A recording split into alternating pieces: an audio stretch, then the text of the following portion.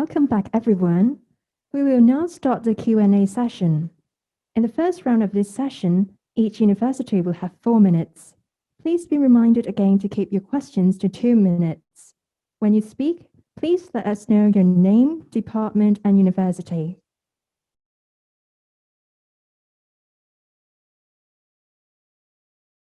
Thank you very much for your presentation. It's very informative and very interesting. I have one question. It seems that in the impact assessment, right now, the emphasis is on research that would ultimately lead to application and eventually with proven beneficiaries. And I also understand in universities, there are also quite a lot of research of very fundamental nature. And that would actually take a much longer time in order to see the impact that is defined in your presentation. And for example, there are also research that leads to steering future direction within the research area, which might not have immediate application to be seen in the next like 5 or 10 years. So would future exercise extend the criteria to cover research which is of a much more fundamental nature? Yeah, thank you. Thanks for the question. I think the first thing to say here is that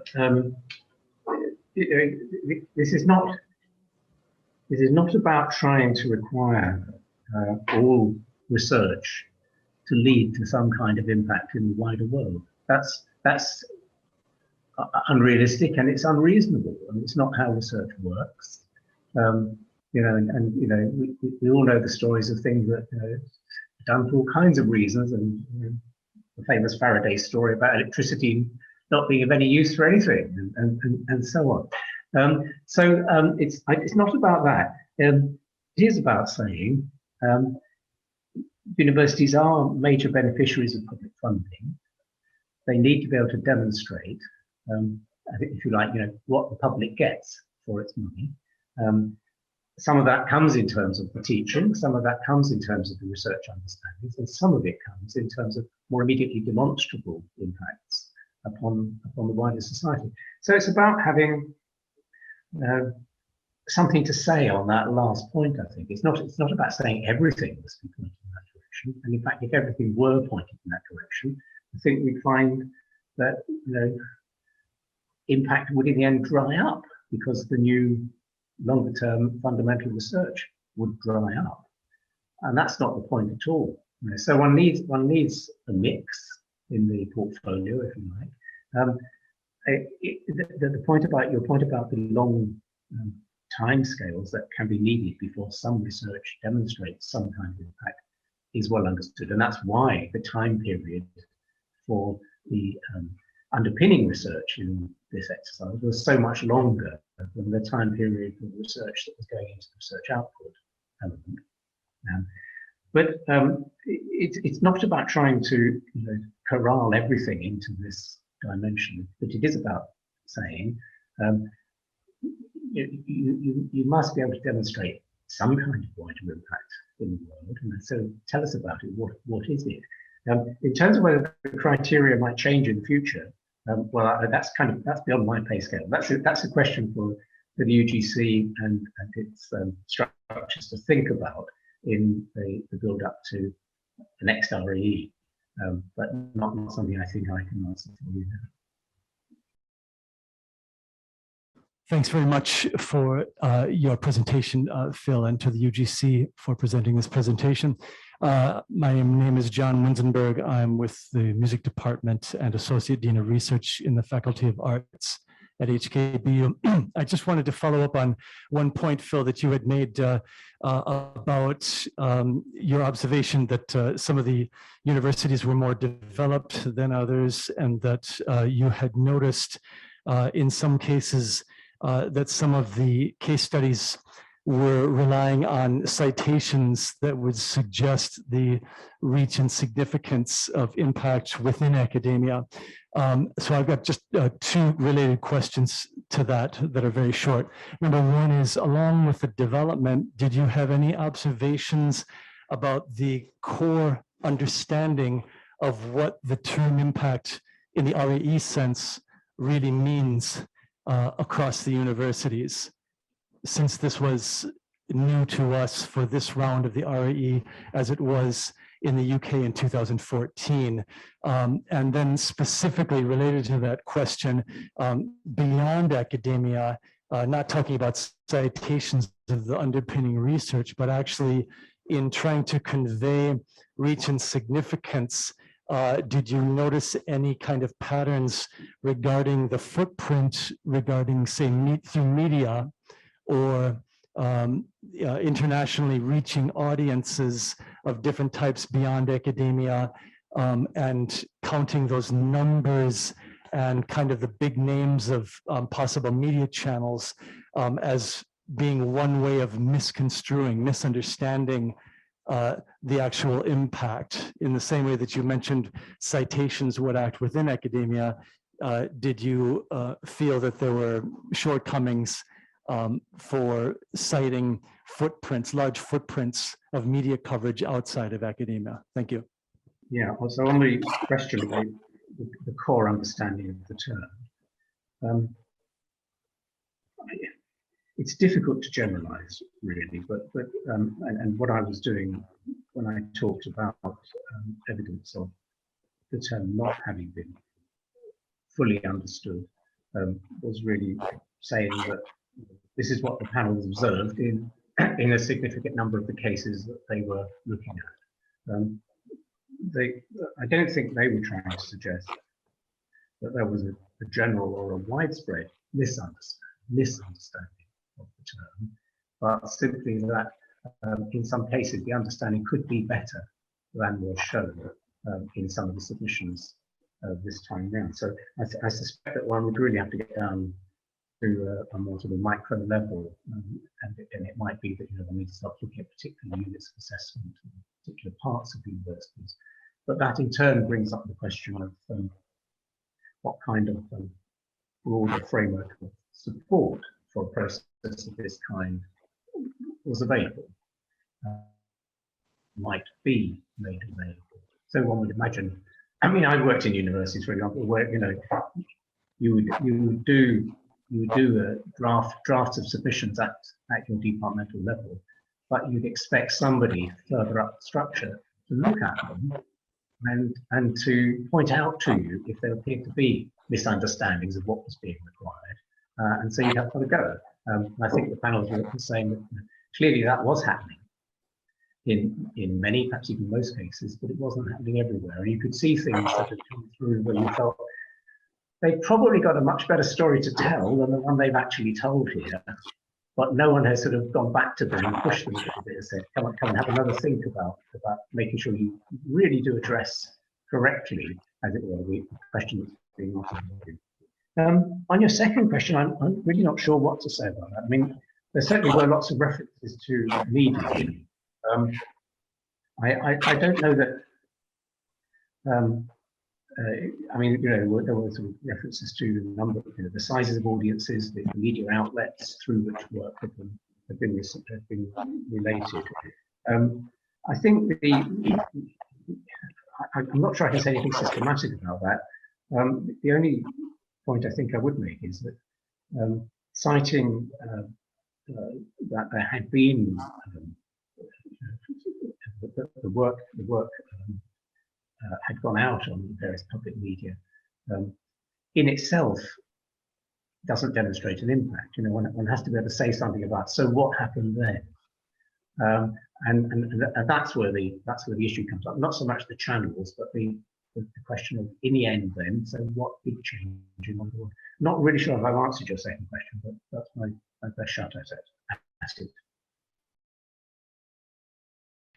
We've got two questions. This is Sharon from the Research Office of Lingnan University. I'm reading out two questions from our academic colleagues. The first one is, what are maybe some of the key differences between a 4-star and a 3-star impact case? The second question is, could you help us just to elaborate a bit more about the pathways? When you say the research has to lead to impact, but not to just talk about the research and the process. It has to be the pathways. What might be the pathways that may actually would lead us to better result and to show that it is a good case? Thank you.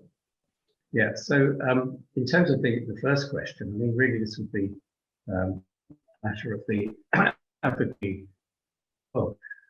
wording of the criteria, 4-star and 3-star, and the judgment of the panels. I mean, it's worth saying, you know, these are very, very experienced panel members. Many of them had experience of similar kinds of exercises elsewhere. Many of them had chaired panels or been members of panels doing this kind of exercise in other countries. And so, you know, as throughout the whole exercise, what we rely upon is their judgment. All I can say is I think they had written really extensive discussions about how they were going to distinguish, how they were distinguishing between 4-star and 3-star. And it just was in terms of going back and back and back to the criteria and saying, you know, is this pitched at that level or is it pitched at the level below? But I'm not sure I can really add more to that. On the question of the pathway, it's about presenting a coherent story, and by story I don't mean a work of fiction. I mean a true story that says, you know, here's what happened. You know, this research was done. This is what we did to enable it to have some kind of outside impact. Here's what that impact was. That's our claim. That's what we're submitting to you. That's the impact. And here is the evidence that backs up that claim. Partly that we can produce for you kind of directly, and partly that comes in the form of testimonials that we've got from other people. But it's about showing that sequence in a coherent way and not leaving it, for example, for the panel to say, well, okay, I mean, I did hear panel members say this sort of thing, saying things like, well, I'm still not sure I can see how that research, which is cited as the underpinning research, actually connects to the impact. You know, I don't think that's been explained, and therefore I've got a problem about knowing if that really is reliable. Or secondly, I don't really have any sense of what this unit of assessment did to try to take this work forward. So I think it's putting all those stages in, making sure they're all there, and making sure that the thing coheres as a well-constructed narrative. That's what we mean by pathway. I hope that helps. Thank you very much, Professor Gamet, for sharing your observation with the impact and impact development. I really appreciate that. Part of the goal for the RAE will be to drive the culture of impact in the whole of Hong Kong, in the universities in Hong Kong. But we are very much at the beginning in the learning process. How the RGC and the RAE evaluate the units of assessment and the institution, no doubt indirectly will be translated into how our professors are being assessed and evaluated and appraised in the performance. In the traditional sense, when we are talking about research output, our professors are very clear. Even when we hold the RGC grant, we are very clear of what is expected out of the research output. As you explain in detail, in developing the impact cases, it does take time. It does take time and effort, and over a long period of time to drive the reach as well as the significance. And during this long process, much of the effort are not necessarily easily being recognized or rewarded, either by the institution or by the grant agency, that is the RGC. So I just wonder, Professor Gamet, would you be able to share some of the institutional strategies that has worked well in other places, such as in the UK, that would encourage the professors to commit long-term to really develop their underpinning research into societal impact? So in other words, is, you know, how do we encourage and support the unit of assessment to drive better, far-reaching and more significant impact cases when the next RAE is due? Thank you. I think the word I would go back to is culture. It's a culture of impact. So, there is a problem when something like this happens for the first time. There you are going along as you were going along, and then suddenly the UGC comes along and says, right, now what we want you to do is to submit impact case studies. And there's immediate sort of pandemonium as everyone says, well, what's that? And what have we got to do? And how are we going to gather all the data? And so particularly the first time this happens, there's a lot of activity to construct methods, if you like, for assembling the material that's needed and thinking about what to do. What I think has happened in some places now is that the notion of impact is much more embedded into the research culture. To repeat what I said in response to an earlier question, is not about saying that all research must from the outset be clearly leading to some kind of impact. It's not at all about that. But it is about saying this is going to be part of people's thinking, and that working as a researcher, one would be thinking about not only how do I take forward, the work that I'm doing, but also, and some universities have been setting up systems for trying to do this. How do I start to gather the information that's going to be needed, so that it's not a matter of rushing about at the last minute at the next RAE, but rather of accumulating information as we go along. So, kind of recording things that we have done, recording evidence that we know because it's happened to come our way of the impact that our work has had, so that one is building up a case file as time passes, and that becomes a habit. So it's, as well as one's kind of, normal research notebooks or files, or, in whatever way one is recording the work, there's also, if you like, a section where one's saying, and as well, I am aware that, and so on. So I think that's the sort of thing that's meant by a culture. And then on top of that would be, well, what is the encouragement? What is the support? What is the expectation in terms of career development? So, one might be imagining that it would at least be a question in terms of, let's say, promotion committees or something of that sort. Not again to the exclusion. I mean, if someone is a brilliant fundamental researcher, I'm probably going to want to keep them and keep promoting them, and regardless of whether there's any demonstrable impact or not. But for perhaps the greater majority, one might want to be saying to them, okay, as well as this really good research you're doing, tell us a little bit about the kind of impact this work is having in a wider sense. And it wouldn't be the only criterion, and it wouldn't necessarily be an overriding criterion, because again, as you know, I don't need to tell you this because you know this extremely well. It's a multiplicity of factors that comes into a judgment about somebody's academic career. But it could be one element, and the notion that this will be asked about. It is in my interest, as it were, if I have the material, to start collecting it so that it's ready when I need it. That's the sort of thing again I mean by the culture. So it's a slow process. There's no big bang. There's no silver bullet. But it's about building that sort of culture within the university. Thank you, Professor Gamma, for the very concise and insightful presentation to help us make sense of a bit more about the entire process.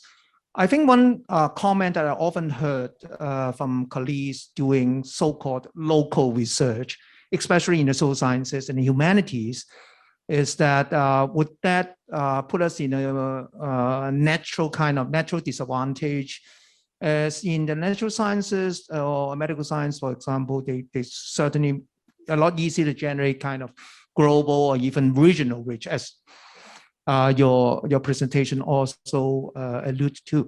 But for social sciences, humanities, working on a particular public policy in a certain community, is very context and culture specific. So I'm sure that is not an issue because the RAE panel probably takes a very holistic perspective in it, but perhaps some kind of insights into this process will help us to assure our colleagues who are doing this kind of research to continue to do the kind of things that we feel to be important. So again, it's just a point of clarification that we want to know a little bit more about your insights. Thank you.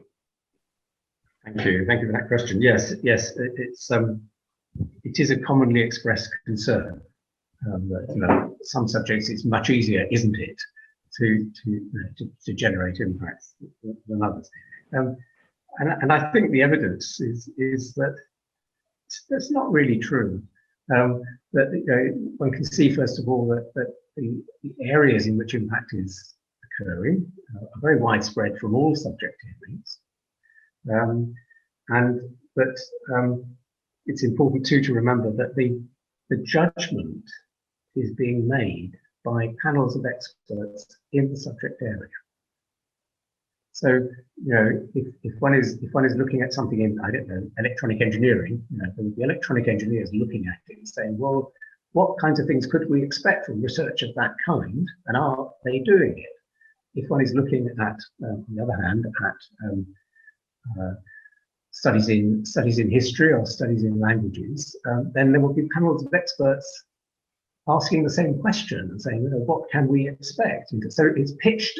The judgment is pitched against what's reasonable to expect in that subject area, what's appropriate for that subject area, and then the criteria are applied. But it's again another reason for kind of wanting to avoid league tables in all this, because we're not really comparing like with like. We're comparing within a subject area what's appropriate here, and then a different subject area what's appropriate here, but not cross the two subjects. We're not doing that.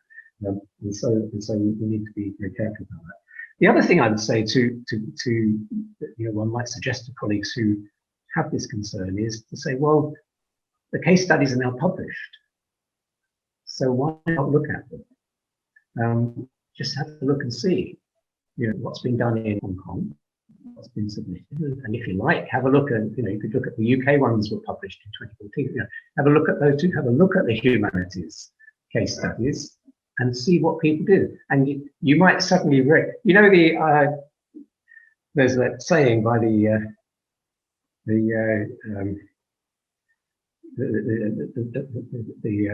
French author about how we've been breathing air all the time, but we didn't realize it. I think a lot of people discovered during the impact exercise that they've been doing impact. They just didn't call it that. They just regarded it as something they did, and they suddenly now realize, well, actually, I could be, that is the kind of thing that's being looked at here, and it can be, worth recording and presenting. Look at the case studies that have been published, and that may help suggest lines of thought to colleagues who are still doubtful. What's your UK experience? Say, how did the last UK impact story impact the UK universities in terms of has the senior management in the UK university actually has shifted in terms of their support for departments or individuals to incentivize this kind of impact story related or impact story driven research in their universities? Has there a shift in the culture in both the senior management and also the individual professors in the UK universities? Because this is something that in Hong Kong we are trying to do something in order to improve, and the UK experience will be a very important experience for us to learn. Thank you.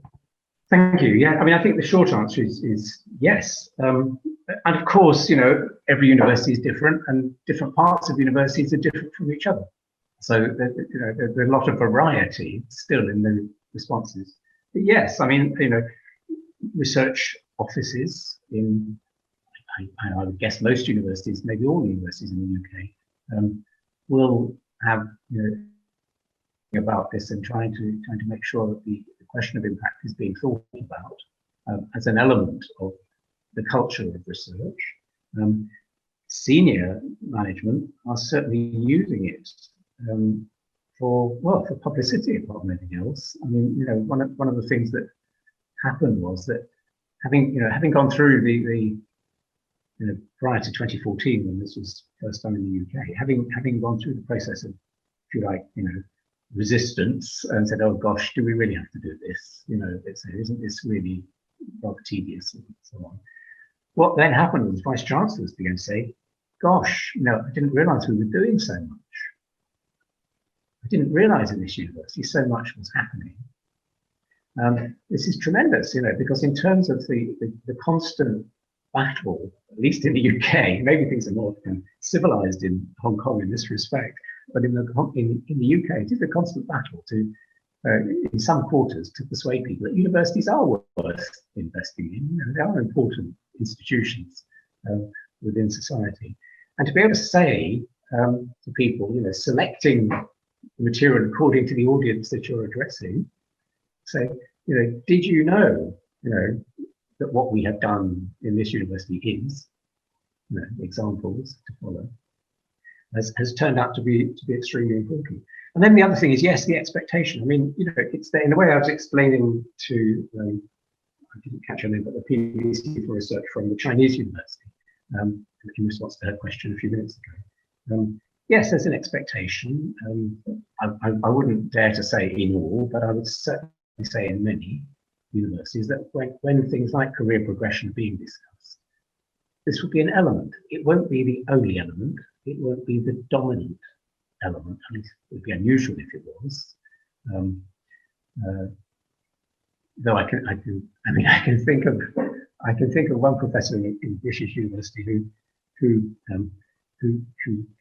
generated so much income from industry because of the value they placed upon what he did, that he could kind of always do whatever he liked inside the university. He was such a valuable person to have around. So that's quite unusual to have somebody who's so extraordinary as that. But in general, yes, it would be one of the expectations that would be questioned at least during career progression events of one kind or another. Not to the exclusion of everything else, not to dominate either, but it would be one more piece of evidence, and it would certainly be helpful to a rising researcher, as it were, to say, and as well as this top quality research, which is being widely cited in best journals and all that, I have also done these things, or my research has led to. All of that would be useful evidence in such cases. I'm Tony Lee, responsible for the university level RAE preparation and also advisor to junior college prepare their RGC proposal. And I would like to bring our related issue, that may be addressed by the UGC RGC personnel. I noticed that UGC RGC have to request all the applicants to include a pathway to impact statement in their applications for ECS, GIF, CIF, and so on and so. I think this is a good sign to encourage college to pay special attention to societal impact. On the other hand, I observe that most junior college pay much more attention to impact than pathway. Namely, they struggle to find out their research impact, societal impact, and in most cases, they end up actually overclaim, potential impact. So, as we all know that it is not easy for junior colleges to think about long-term research impact at this moment in their research when they submit the proposal. So it seems that they pay too much attention, too much effort in the impact pathway to impact section, rather than spend more effort in the methodology and action plan. So I will take this opportunity to draw the attention to UGC. Although I understand UGC already, RGC already provides some guidance already for that section. Okay, thank you. Yeah, I mean, I suppose the key point to make here is that what one would expect of researchers will be different according to the stage of career that they've reached. So if someone is a very new researcher, well, first of all, they won't have research that was done maybe 20 years ago that's been leading to an impact in the last few years. It's kind of biologically impossible that they could. So So I think, what's being looked at here is not individual researchers, it's the unit of assessment. Okay, the submission is coming from the unit of assessment. It's not coming from individuals. It's not making any judgment about individuals. It's asking rather, what has this unit of assessment achieved in terms of, what has this unit of assessment achieved in terms of impact over a period that could be stretching back, some time into the past. And that will be based on, well, it could be based on many things, but it's certainly likely to be based upon people who are more advanced in their careers than young researchers. So I think it's entirely understandable that younger researchers would say, I need to focus on my research and please don't distract me with this stuff about impact. But it seems equally reasonable to say to them, well, think about it, be aware of it. No one is expecting you to be able to demonstrate much, if anything, in an early stage in your career, but be aware of it and just have it in mind. And maybe the expectations grow as time passes. So I think that's the first point. And the second point would be to say that sorry, I'm just trying to catch up with. You were asking whether the UGC values academic impact as well as societal impact. Yes, they do. I wasn't sure whether you were asking that in relation to actual research grant applications as opposed to the RAE process. But if you were in respect of research, if you were asking in respect of research grant applications, commonly in my experience, when impact is being asked about in research grant application, what's being asked for is it's almost a prediction. It's a statement about what you expect in the future, the impact of this research beyond the academic to be. And that's rather different from what's been going on in the RAE, where it's historical, if you like. It's looking backwards and saying what has been the impact. So if I've understood you correctly, these may be rather different. These may be rather different situations. We have two people here who want to ask questions. Is it possible after I ask my question, I pass the time to another professor? Is it okay? Yes, as long as you keep your questions under 2 minutes. Okay. My question is, for the impact case we submitted for RAE 2020, is it possible we resubmit it in the next RAE, given that the case study is still within the assessment period? And if it is okay, what are the considerations or additional information that are required? So I'm not sure I heard properly there. Were you asking whether the same impact case can be, as it were, revisited in a later RAE? Yeah, probably we add some more to the case. Yeah. Okay. Well, I mean, first thing to say is, well, that would be a question for the UGC to consider as it sets up the guidance processes.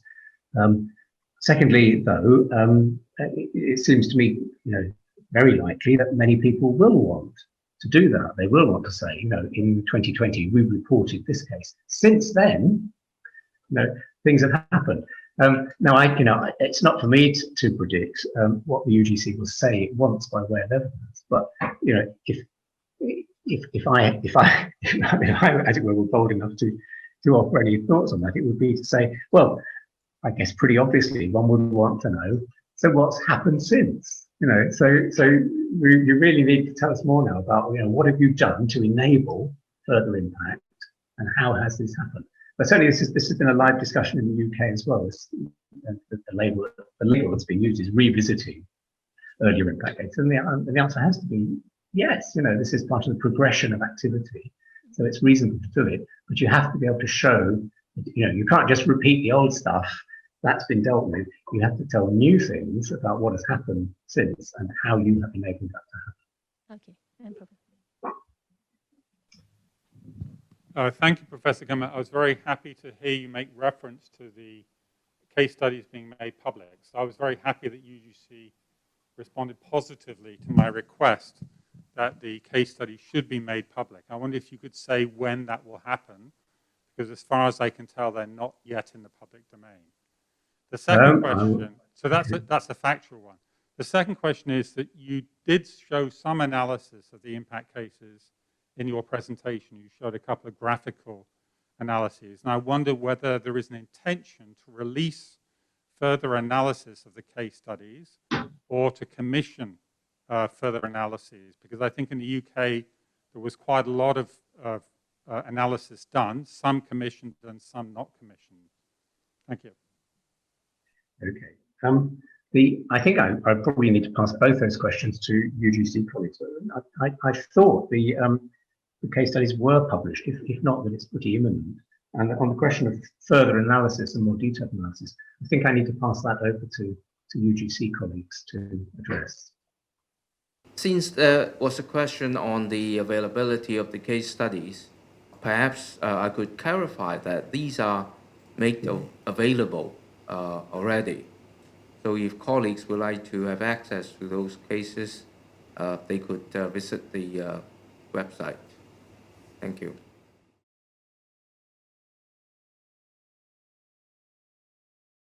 This is Benny C. from Chinese University of Hong Kong. I'm from the ORKTS office. I'd like to ask questions because a lot of good suggestions and also comments and questions from colleagues from various universities already.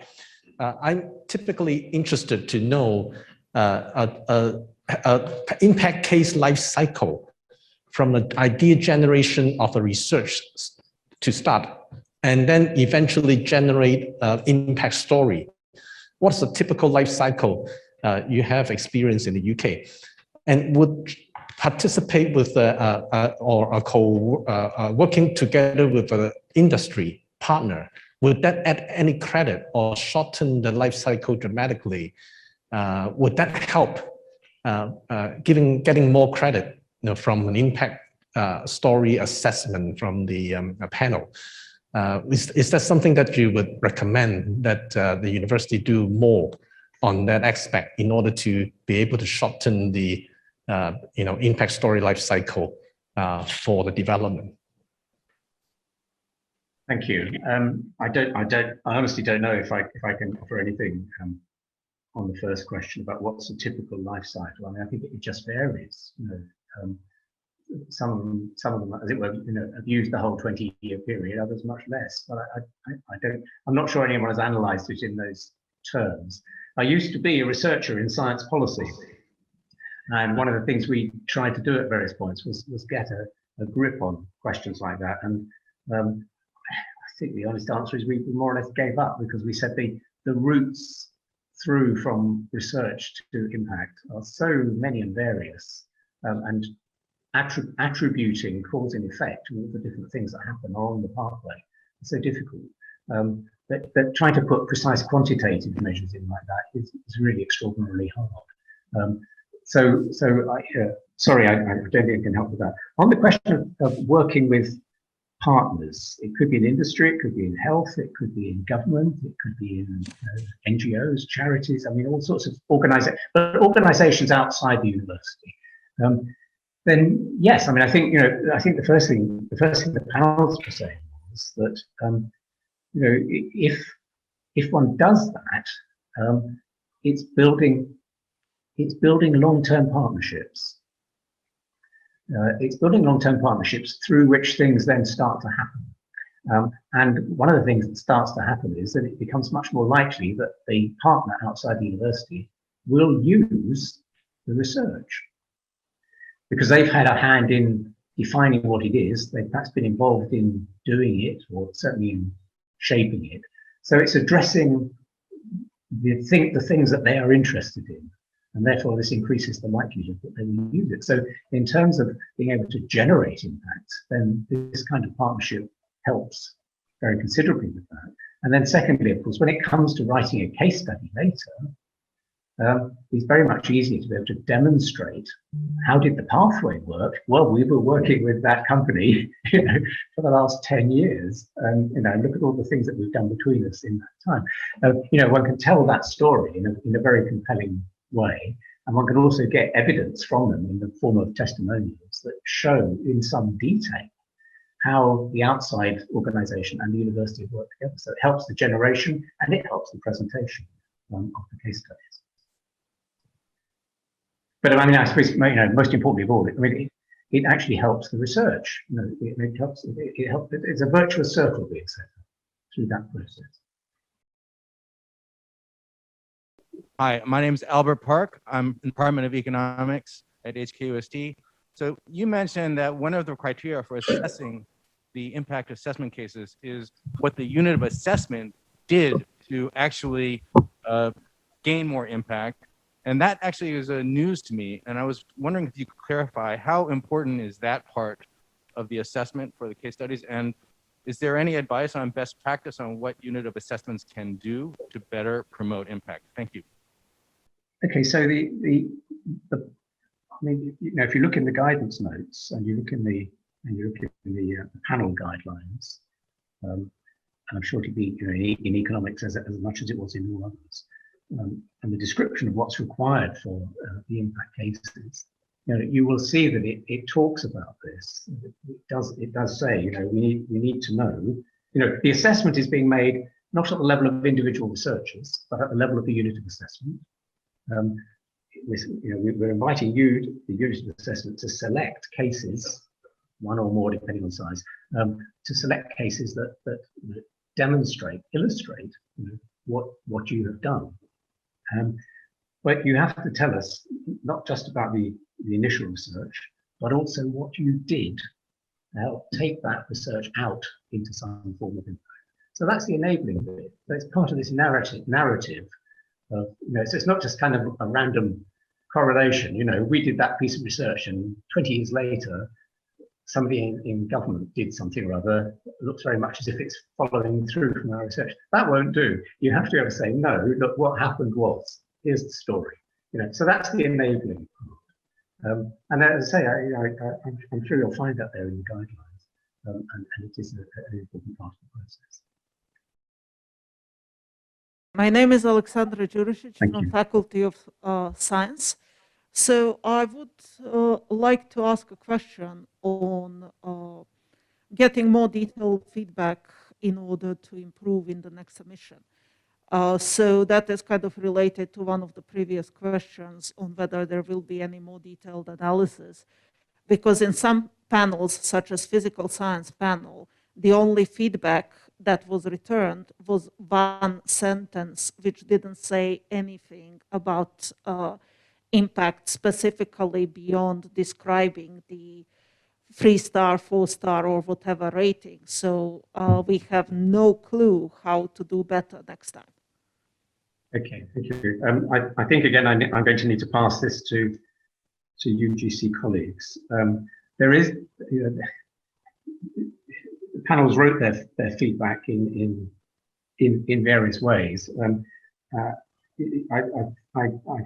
I think there's some thought being given to whether more detailed analysis might be done of the case studies. But I really, that's not for me to say. I think I need to ask UGC colleagues if they'd like to respond to that. Individual feedback reports from the specific panels actually were, or at least the main recommendations were conveyed to the universities for reference and consideration. As Phil just suggested, obviously they are varied and may provide different level of details on specific panels or specific elements of the exercise. But actually, I thought, at least when I sort of listened and watched the presentations made earlier, much of the information and suggestions that Phil covered earlier are relevant to practically all panels. And if I sort of ponder upon the various comments that we had a look at, those are really the salient features that are also applicable, I think, to the physical science panel. Thank you. I'm Chetwin Chen from the Education University of Hong Kong. My question is about these days, research is quite common to be multidisciplinary. And in particularly when you're talking about impact, most probably it will also involve a translational process that call upon researchers from different unit of assessment or even different universities. So the question more is, would it be in the future that we would consider the impact case to cover different UOA and also maybe different university? I know the reason behind restricting the case to be within one university, but I'm not very sure about whether it is essential to restrict it to one UOA. So I just want to have to gain some insight from Professor Gummett. Thank you. Well, again, you know, I can't predict what will happen next time round. But a kind of general observation on this is that, and I'm going to be boringly repetitive now, to say, well, of course, the assessment, the whole RAE assessment exercise is focused on the UOA. So in the end, one has to be able to come back and address what has happened in this UOA in terms of research outputs, the environment, and the impact activity. So it has to be possible to extract that information from whatever is submitted. But then, as you quite rightly say, multidisciplinary research will depend upon, or probably will depend on more than one UOA. In terms of the assessment this time round, there were processes in place to take account of that and to get the information relevant to each UOA and to be able to compare across the UOAs as well. In the future, whether cases could be submitted as it were on a multi-UOA basis, I think that's an interesting question. I think it's one that would deserve to be thought about. I think the immediate observation I'd make about it is to say that while I can understand that a particular impact may have been the result of the activity of more than one UOA, the way in which they acted may have been different. The story they may have to tell about the pathway, in other words, to go back to that word, from the original research through the process of what they did and then how the impact may be different. And so it might be important to be able to kind of differentiate and extract the different strands in that sense. But I think it's a question for the future, and I think it's an interesting one to be thought about. Due to time limitation, we have to end the Q&A session here. Professor Chris Brink, convener of the RAE group, is here with us here today. May I now invite Professor Chris Brink to say a few words. Professor Brink, please. Chris, as you know, has been really steering the efforts and the process for RAE 2020. Some of the issues that you've flagged, certainly I think would be taken on board, and then we'll, I suppose Chris probably would also be able to reflect upon those, and will definitely share those views with the research group as far as UGC. Hello, everybody. I wanted to say, first I wanted to say thanks to Phil. That was excellent, Phil. Thanks very much. It's the kind of outstanding service we've had all along, culminating in this talk of yours. And even I, who've been part of it all the time, I've learned a few things. So thanks very much for that. Then I wanted to make a specific comment and a general comment. My specific comment relates to the very first question we had from CityU, which was sort of paradigmatic, a very common question about academic impact. Do we value academic impact, not only societal impact? And the short answer, which Phil gave, is yes, we very much do. And in fact, that is stated in the documents. It says academic impact is valued, but perhaps we didn't make it quite clear enough how in practical terms that pans out. So I just wanted to say a word about that. You remember that we invited submissions under 3 categories. The first was research outputs, then research impact, and then research environment. And in research outputs, the evaluation was under 3 criteria: originality, significance, and rigor. And under impact, the criteria were twofold: reach and significance. So significance is a criterion of evaluation, both for outputs and for impact.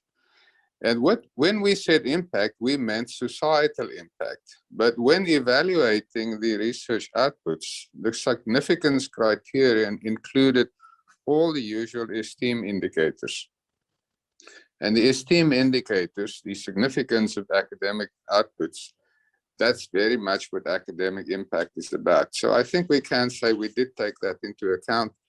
And as you know, the research outputs counted for 70% of the evaluation, whereas the societal impact is only 15%. That's my specific comment. My general comment is this, that as in the UK, I think this is a learning process where, as Phil said, it's about the culture of research.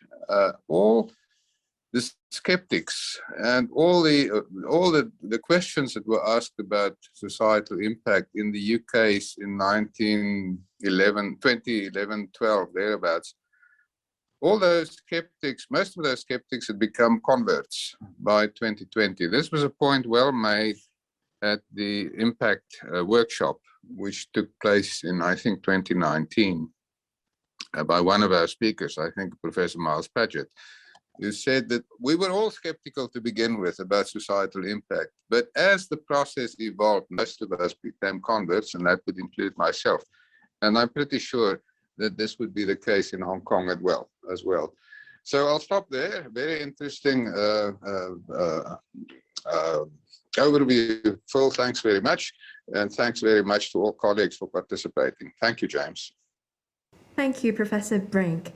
We have now came to the end of today's program. May I express our special thanks to Professor Gummett for his presentation and sharing today. We also thank colleagues from the research offices in arranging the venues and coordinating today's talk. This Zoom talk could not have been so successful without your help. Once again, thank you very much for your participation today. We wish everyone good health and a nice day or evening. Thank you and goodbye.